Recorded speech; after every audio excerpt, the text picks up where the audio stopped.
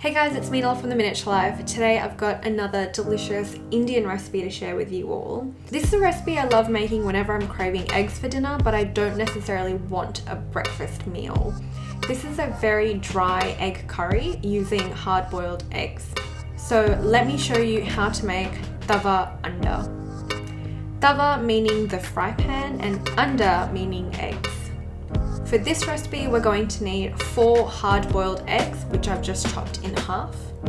We need 1 large onion minced finely, or 2 small onions, 1 tomato chopped finely, 2 to 3 cloves of garlic, and about 3/4 of an inch stick of ginger, which I've minced. I've got a teaspoon worth of chopped coriander stalk, 2 tablespoons of fresh coriander leaves, half a teaspoon of tomato paste, a 1/4 teaspoon of mustard seeds, an 1/8 teaspoon of asafoetida, half a teaspoon of ground coriander, half a teaspoon of chili powder, half a teaspoon of turmeric powder, half a teaspoon of whole cumin seeds, 4 to 5 curry leaves, a 1/4 teaspoon of ground fennel, and half a teaspoon of dried mango powder.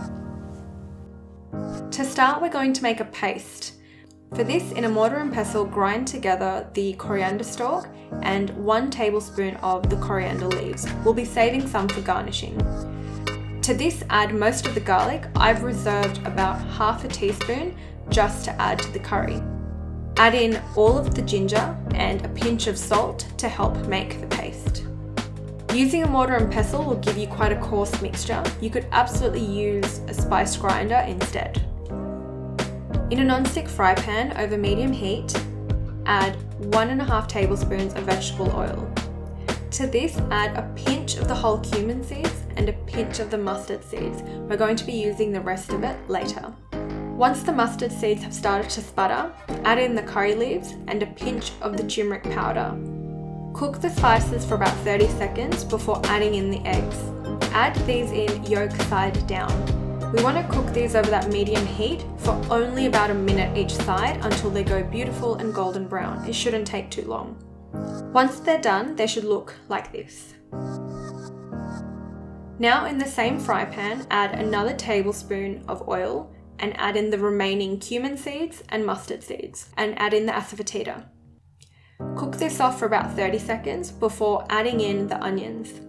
Once the onions are just starting to become translucent and soft, add in all of the remaining spices. This includes the turmeric, the chili, the dry mango powder, the fennel, the cumin, and coriander powder. Mix everything through really well and continue to let the onions cook. Now that the onions are cooked, we add in our prepared coriander and ginger garlic mixture. Add a little bit of water here to make sure that the onions don't burn. Once the raw smell of ginger and coriander has gone, add in the remaining garlic that we saved from earlier alongside all of the tomatoes. Reduce the heat for this because the tomatoes will sputter. We're going to cook this through until those tomatoes are beautiful and mushy and have cooked through completely. Again, season with salt to help the cooking process along. At this point, I add a few tablespoons of water as well to prevent any of the mixture from burning and to start creating a beautiful gravy. Once the tomatoes have cooked down completely, add in your tomato paste. This is going to add delicious tangy flavour and give us beautiful red colour as well. Mix this through completely and make sure that tomato paste cooks off. Arrange the eggs yolk side up all around the pan. Now use your wooden spoon or spatula to scoop over a little bit of the gravy mixture onto the eggs. We don't want to flip the eggs because the yolk is quite delicate, and if we do flip these over, that yolk will fall out and become one with the gravy.